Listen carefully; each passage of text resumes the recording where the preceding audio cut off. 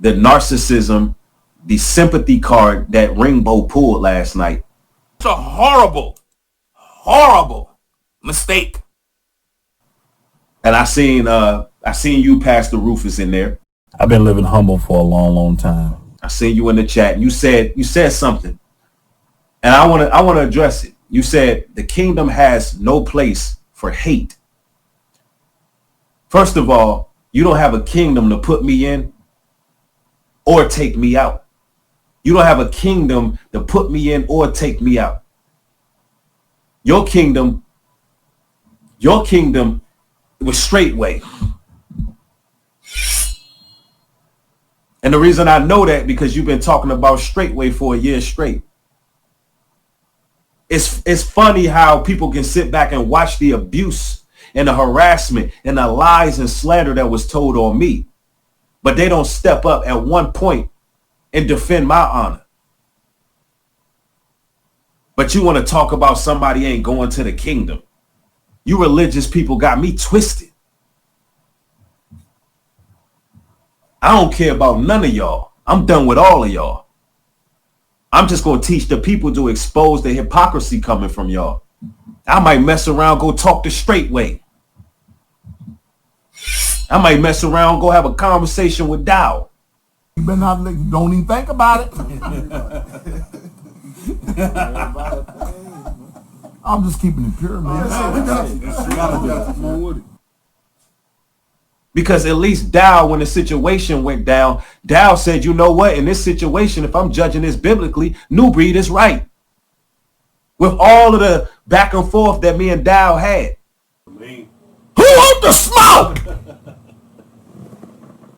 He said, he did a video, he said, you know what, with all that happened, NuBreed actually right in this situation. That's what he said. And I respect that. I don't agree with all his doctrine and all of that.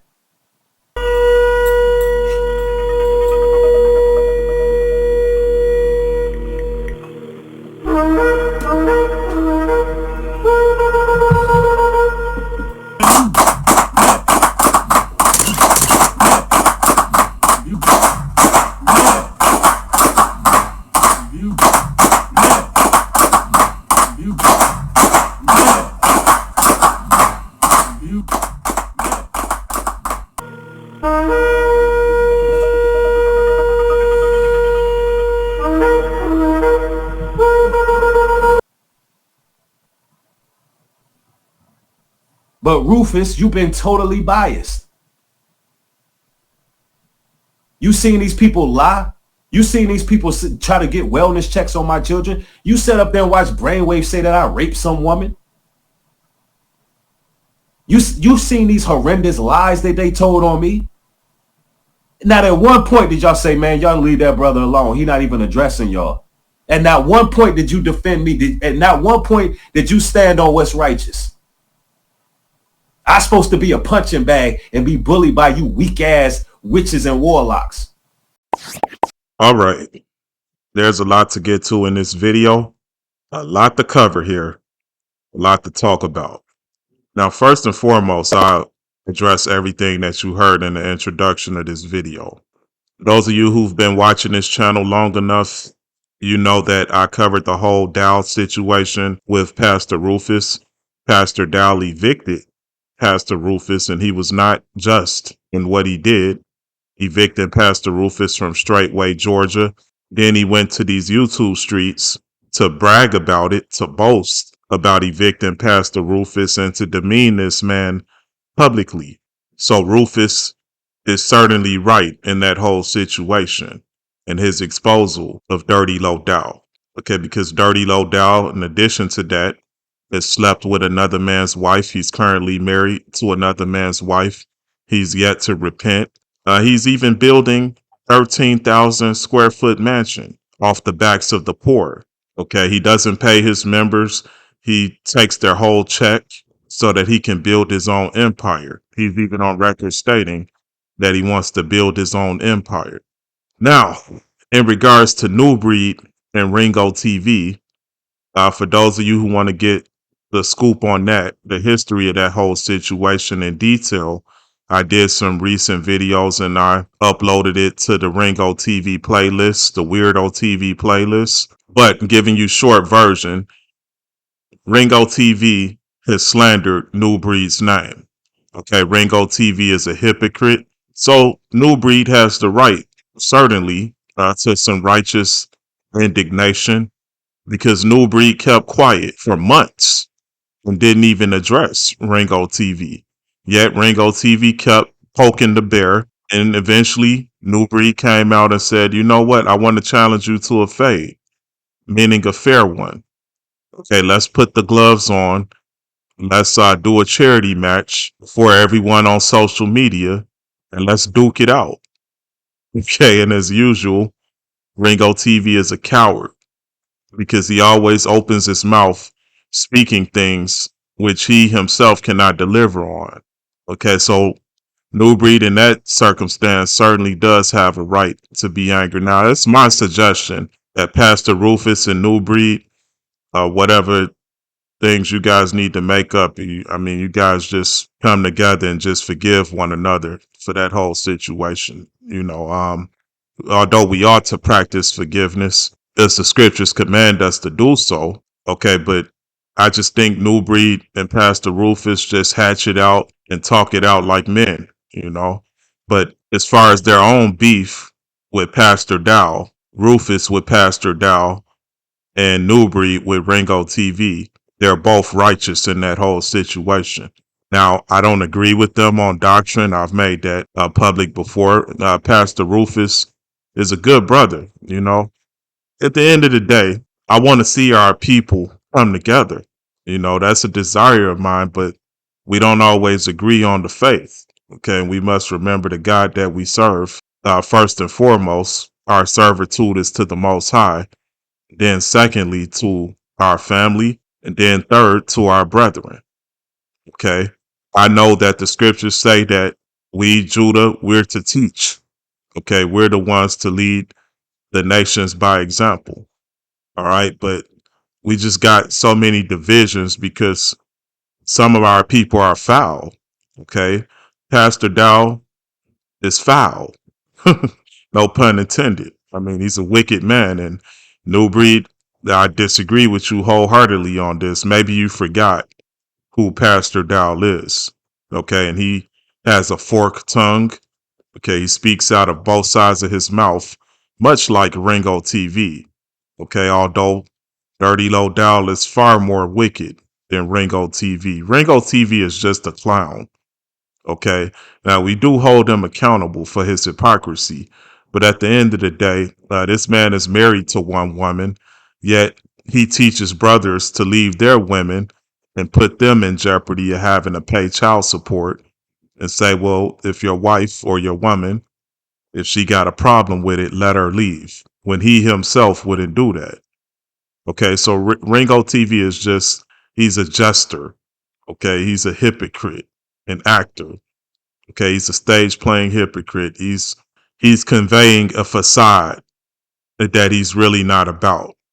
Okay, it's easy to be all this tough talk, but when I challenged him to a debate, or he challenged me to a debate on polygyny, okay, he reneged because he's afraid of embarrassment. Yet he himself threatened to embarrass when he put forth that challenge.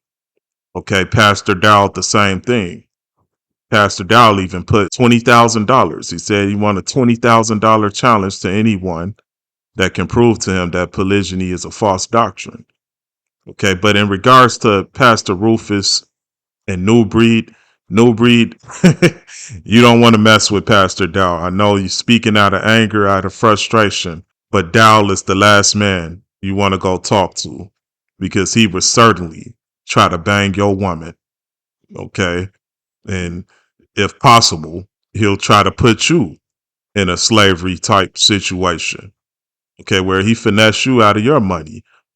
And the reason why it's such a dangerous situation to play that game, okay, to try to get at Rufus, is because Rufus has been there with Dowell. Okay, Rufus is the evidence of what Dowell will do to his brethren. Okay, as close as Rufus was to him for 14 years, look at how Dirty Low Dowell exploited him. You understand? And I don't know you guys' financial situation, but just even on the outside looking in, I can see that Dirty Low Dowell makes way more money than anyone, okay, in these YouTube streets in regards to everyone who's been involved in this situation that I've named.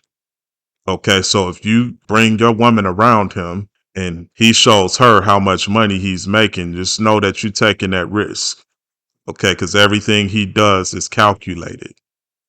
All right. Now, I'm also going to get to foundational Black Americans. Okay, and I'm going to break that down as well because NuBreed also touched on that in his video, but I'm going to let him continue and I'll be right back. Who the hell y'all think y'all messing with? I'm the wrong one to play with.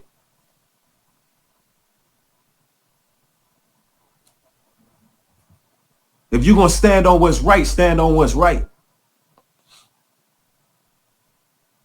If you want to get fooled by emotionalism and manipulation from that lunatic over there, then do it. But just know I helped that brother in this time of need. Just know I was a brother to that brother. Not a brother. Just know I was there.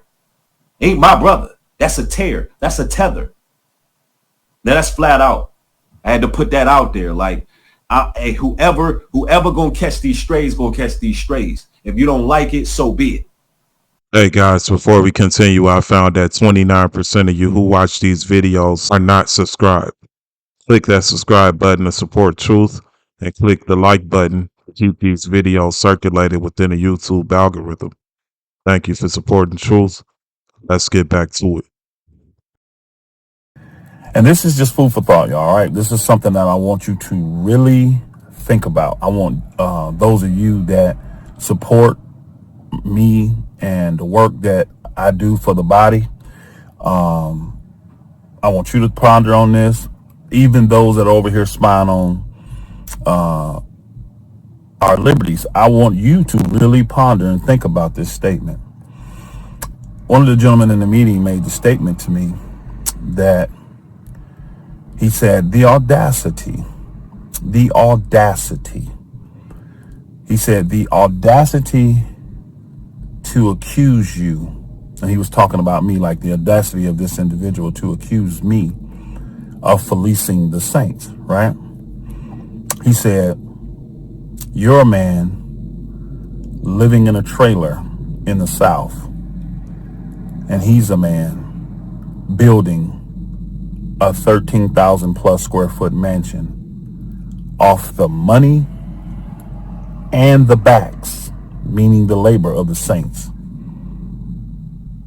The audacity of him to accuse you of fleecing the saints. And when he said it, I was just like, okay, cool, you know. But I don't know why when I left, I thought about it even more, y'all. I mean, like, I really had to ponder it. And it made me think, what kind of power do these lying prophets and these lying teachers and these lying pastors have? That's got to be some kind of wicked witchcraft for people to see with their own eyes and give of the labor of their own hands and take the resources that the Most High has blessed them with from the labor of their hands, give it to a man. Not only give him your money, but give him all your time, all of your skills, all of your talents. You give him all of that while you're building him a 13,000 plus square foot mansion. Now, NuBreed, in all fairness to Pastor Rufus, he does have credibility in the advice that he was giving you and talking about the kingdom of God and when it comes to hate. Although I understand that you outraged at RingoTV, and I even defended you, saying that you're right in the whole situation. But in regards to being of the faith, as a pastor on this subject matter, Rufus is practicing what he preached. Okay, because some months ago, I'm sure NuBreed, you know the whole dilemma between him and Dowell. Pastor Rufus challenged Dirty Low Dowell to a fist fight, and rightfully so. Again, that righteous indignation. Okay, but going according to the faith and according to steering from hating people, Pastor Rufus took back those words and said that he's going to choose to forgive in the situation and put that behind him. Okay, and he stopped saying that he's going to challenge Pastor Dowell to a fist fight. Okay, not to say that you can't expose the whole situation because people over there at Straightway are still lost. Okay, but in regards to having a fist fight with Pastor Dowell, he took those words back. So he did practice what he preached. That's all I'm saying. Okay, I'm not saying that you don't have the right to be outraged at Ringo TV because Ringo TV is a hypocrite. Okay, and we all know that he says a lot of inflammatory things and never backs up what he says. Okay, so I'm not condemning you or anything in the whole situation. I know I was the one who released the initial video exposing the fallout. Okay, but my whole intent during this whole situation it was to bring attention to why we shouldn't separate church and state. Okay, I want to make that clear. It wasn't to cause division or anything, but NuBreed, once upon a time, you and Ringo TV were on the same path to saying that you can do business with the heathen, even if they're a part of the rainbow. Okay, and I was just bringing attention to that situation because once the fallout happened, obviously it was over money. Okay, and this is why the scriptures commanded us to come out from among them and be separate because there's going to be arguments over money. All right. And I believe that the relationship between Ringo TV and NuBreed was doomed to fail, whether Ringo TV needed him to move or not. At some point, heads were going to clash because it was not in the Most High's will for them to be doing that. Okay. But in regards to Rufus, again, I think he shed a lot of light on, dealing with someone who's difficult because Pastor Dowell was a very difficult man to deal with. And it took a lot of humility for Pastor Rufus to just swallow his pride and say, you know what, I'm going to stop calling them out in that manner. Okay, to a fist fight. Now, in regards to Dirty Low Dowell building a 13,000 square foot mansion while the people are suffering and he's taking their money and he's using them for free labor, pretty much. Okay, everyone should bring attention to this situation because clearly Dirty Low Dowell is exploiting the people. All right. And I think this is a good segue into me talking about the transatlantic slave trade and foundational Black Americans. Okay. So I'm going to get to the scriptures and talking about this. Okay. First of all, I think it's paramount that we understand what's the real definition of foundational Black Americans and what are reparations. Okay, because there's more depth to defining foundational Black Americans than what was given. All right. We must understand also the society that we live in, the financial system, potential inflation. Well, inflation goes up every year. Prices goes up every year. The dollar collapse and something called replacement value. Okay, because when you're talking about reparations, you want the replacement value. Okay, and the so-called white man is not able to provide that because, again, when we're talking about the dollar collapse, the potential dollar collapse within the near future, okay, even if that's 15 years from now, okay, that doesn't equate to replacement value of what was inherited, the debt that was inherited by the so-called white man due to the transatlantic slave trade. Are you following me thus far? Okay, this is why I'm going to go to Matthew chapter 6, verse 19 through 21. Starting at verse 19.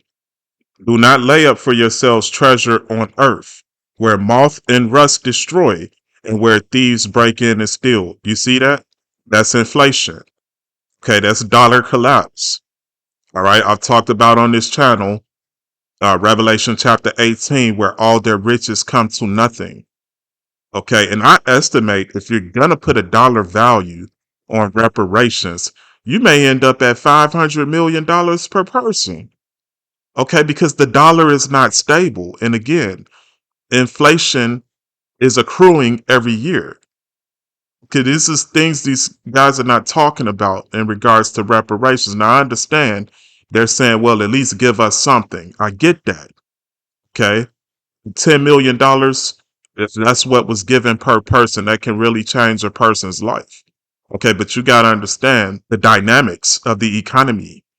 Okay, when you just give $10 million per person, I'm talking about from the standpoint of this Tower of Babylon that the so called white man has built, the tree of the knowledge of good and evil.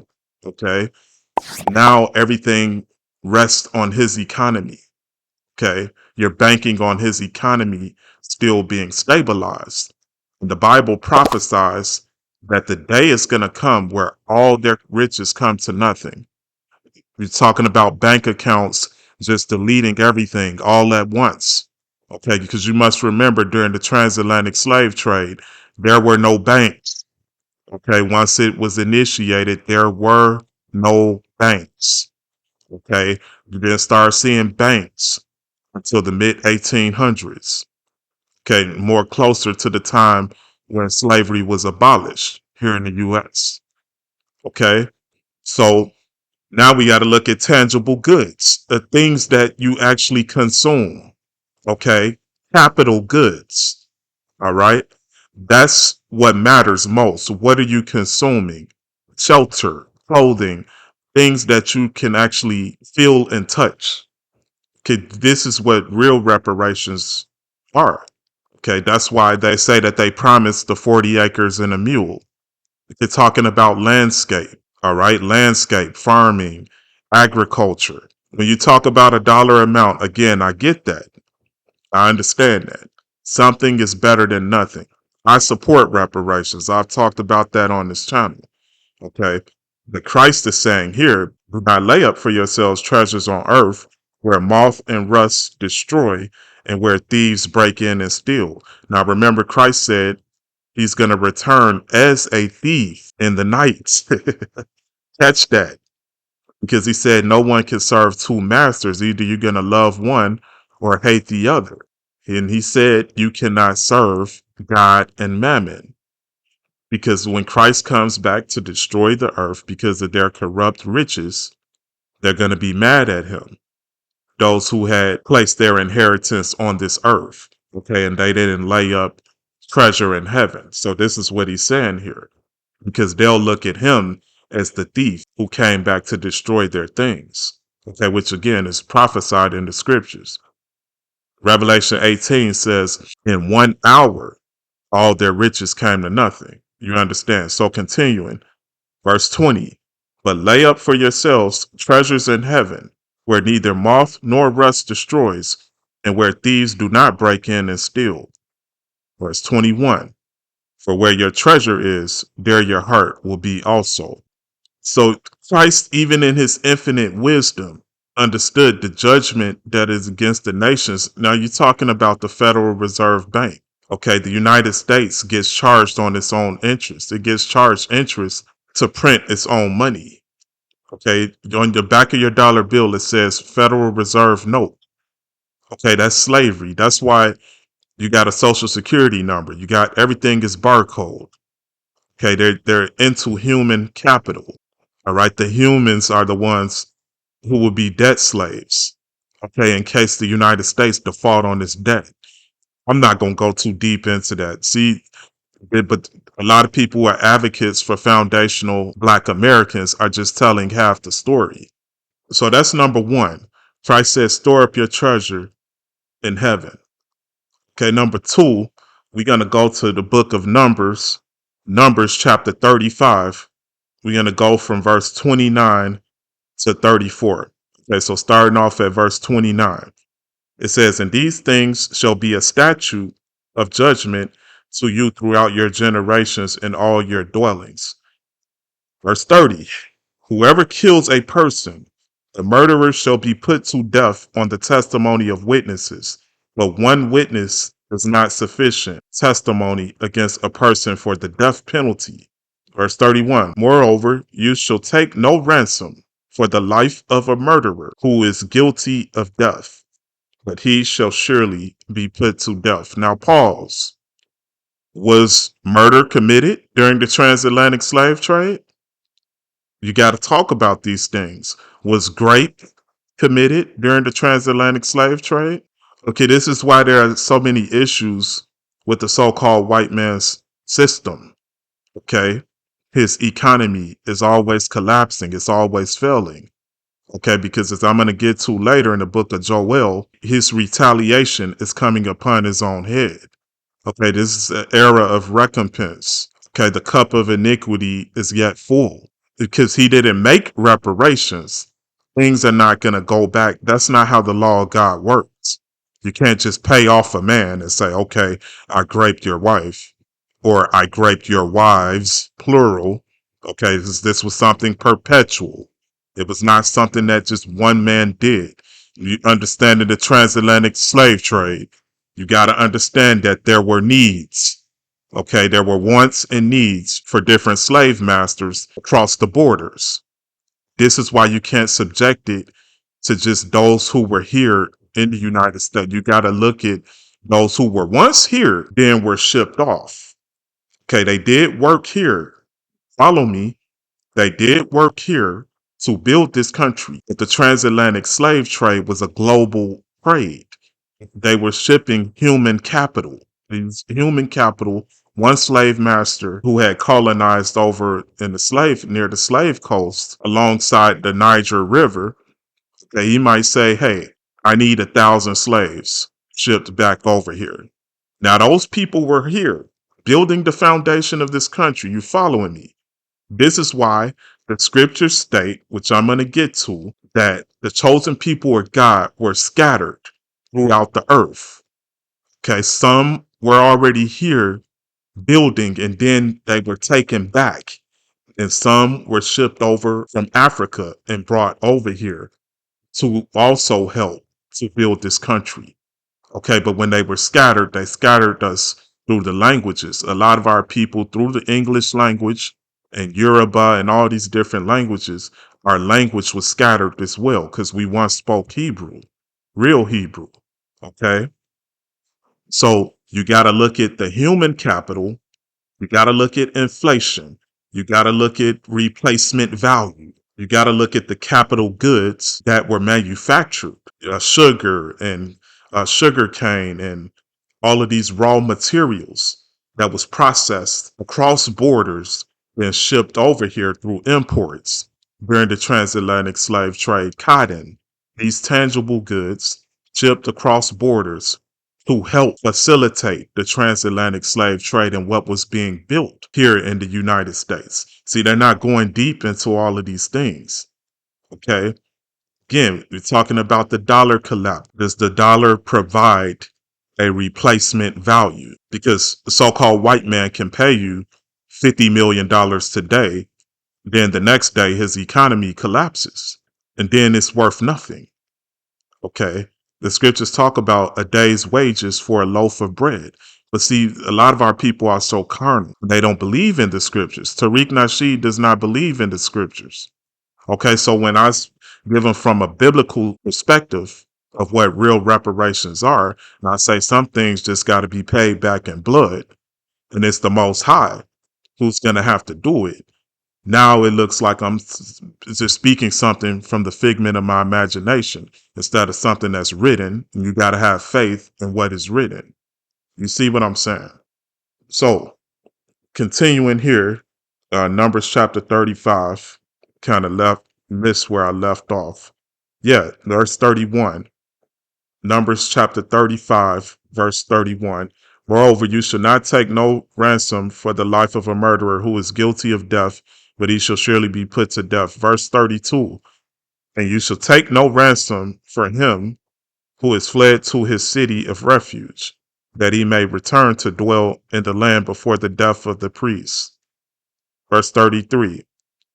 So you shall not pollute the land where you are. Okay, those of you following this channel, you know that I talked about those 5 major curses, which one of those curses is a curse that comes upon the land. The more bloodshed committed on the land, innocent bloodshed, okay, it brings a curse upon that land.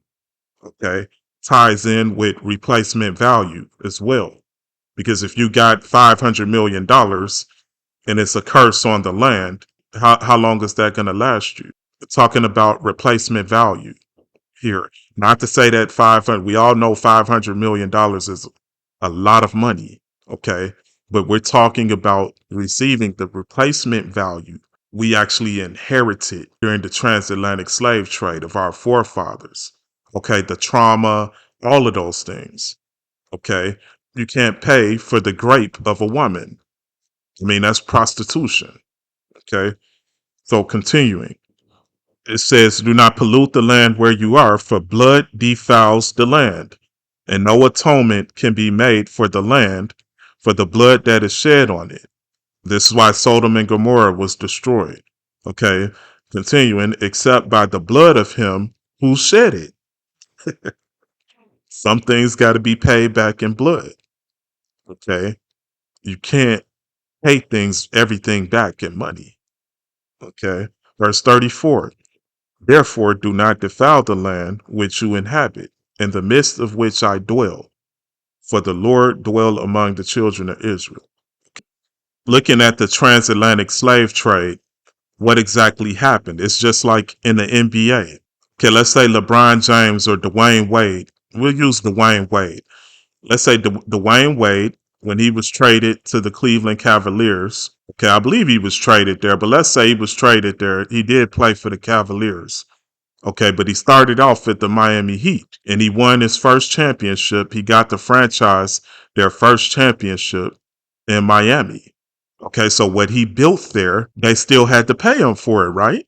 Okay, but let's say that they delayed his payment and he went to the Cleveland Cavaliers. Now the players on the Miami Heat are fighting with him, saying that he doesn't deserve to get paid because he's not with the team. Okay, but he was traded elsewhere. It's the same thing with the transatlantic slave trade. Okay, there was movement across the borders. All right. Some of our people lost their language, their tongue, their native tongue, and spoke another language different than English. Okay, I don't have time to go too deep into that. But that's what a slave trade, the facilitation of the slave trade is. A lot of foundational Black Americans were not talking about this because if that man who was here in the US of A from his conception, prior to his conception, and he was working, picking cotton, and then he was shipped over along the Niger River. Now he's a part of foundational Black Americans. But because foundational Black Americans, or at least those who advocate for reparations, they're so afraid that the white man won't have enough money or he won't be willing to pay all of these people. You see what I'm saying? Because if you start including people over in Nigeria and a lot of people in Sierra Leone, now the checks are going to get smaller. So that's really what it's about. Okay. But if you're doing it, again, from a biblical perspective, you would understand this is exactly why payments have to be made back in blood, talking about our oppressors. Okay. Man cannot outlive his sins. That's why God has to bring the curse down upon those slave masters' children and their children's children. You understand? This is what is written in the book of Joel. So we go into Joel chapter 3. Let's start off at verse 1. It says, for behold, in those days and at that time, when I bring back the captives of Judah, this is God talking. When I bring back the captives of Judah and Jerusalem, I will also gather all nations and bring them down to the valley of Jehoshaphat, and I will enter into judgment with them there on account of my people, my heritage Israel, whom they have scattered among the nations. Okay, scattered again means across borders. Okay, it's this transatlantic slave trade that is speaking about here. They have also divided up my land. They have cast lots for my people, have given a boy as payment for a harlot, and sold a girl for wine, that they may drink. Okay, so that girl or that boy may have been stationed here in the United States, building the foundation. Then all of a sudden, some wicked slave master across borders say, hey, we want her, or we want this boy. You see that? Continuing, verse 4. Indeed, what have you to do with me, O Tyre and Sidon, and all the coast of Philistia? Will you retaliate against me But if you retaliate against me swiftly and speedily, I will return your retaliation upon your own head, because you have taken my silver and my gold. Talking about human capital, the chosen people of God, the melanated people of God, okay, and have carried into your temples my prized possessions. Verse 6, also the people of Judah, the people of Jerusalem, you have sold to the Greeks, that you may remove them far from their borders. Okay, so to suggest that we were here only here in the United States, and that's where the so-called black man, that's where his whole existence started. Okay, this is saying here that we were removed far from our borders, okay, along the slave coast. That's what it's talking about.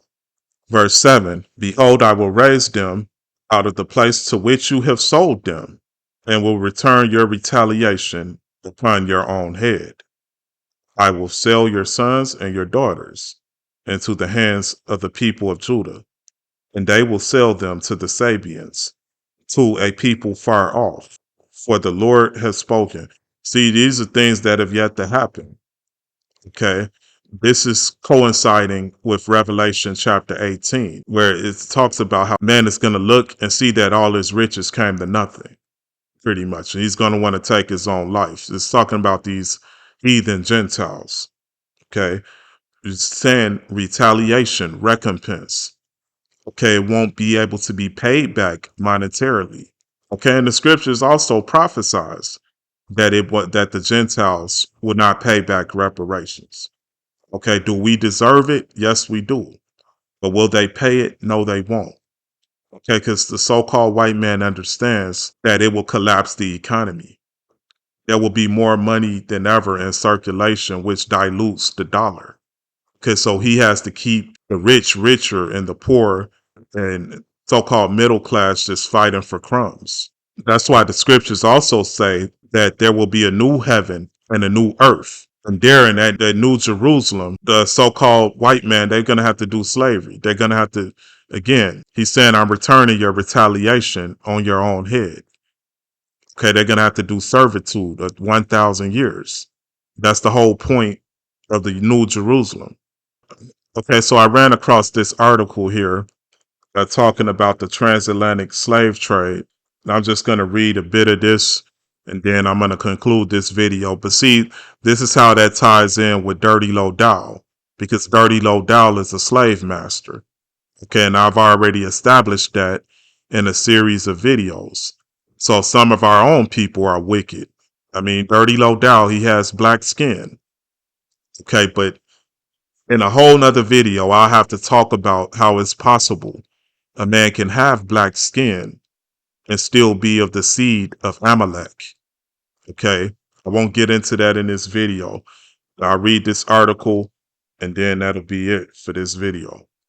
So it says here, the enslavement of human beings occupies a painful and tragic space in world history, denying a person freedom, autonomy, and life represents the worst kind of abuse of human rights. Continuing, many societies tolerated and condoned human slavery for centuries. But in the 15th century, an expanded and terrifying new era of enslavement emerged that has a profound and devastating impact on human history. Okay, so it talks about the abduction, the abuse of Africans, enslavement of Africans by Europeans for nearly 5 centuries. Okay, this altered the global landscape and created a legacy of suffering and bigotry. See, you can't talk about foundational Black Americans without talking about Africa. Again, because the demand on the global landscape was that slaves be imported. Some were shipped back. Okay, that's why it's a slave trade. You see that?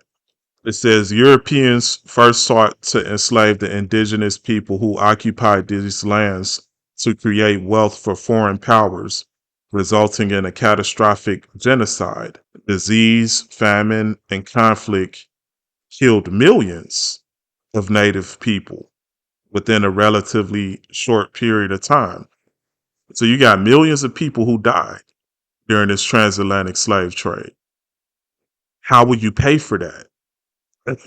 Not only that, but the scriptures is also talking about how they sought out crafty counsel against the chosen people of God, Judah.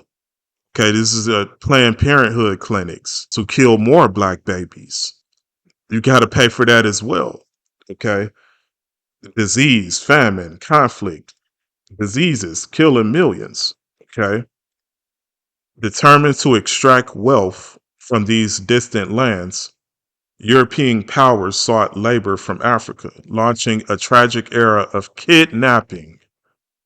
You see that? A tragic era of kidnapping, abduction, and trafficking that resulted in the enslavement of millions of African people. So if someone was kidnapped, where were they kidnapped from? Okay, some slaves was brought from Africa over here to the United States to build the foundation of this country. Okay, that's the real authentic definition of foundational Black Americans. Okay, some were shipped back, some were shipped over, and so were the imports that they slaved and labored to produce. Cotton, sugarcane, all these raw materials that were produced across borders being brought back over here. Okay, now that doesn't refer to Hispanics. Let me make that clear. Okay, we're talking about African people. Okay, so-called black man, the Hebrews. Okay, our people were scattered. It says the Africans became a place where race and color created a caste system defined by inequality and abuse. Scroll down. It says millions of black people born in the U.S.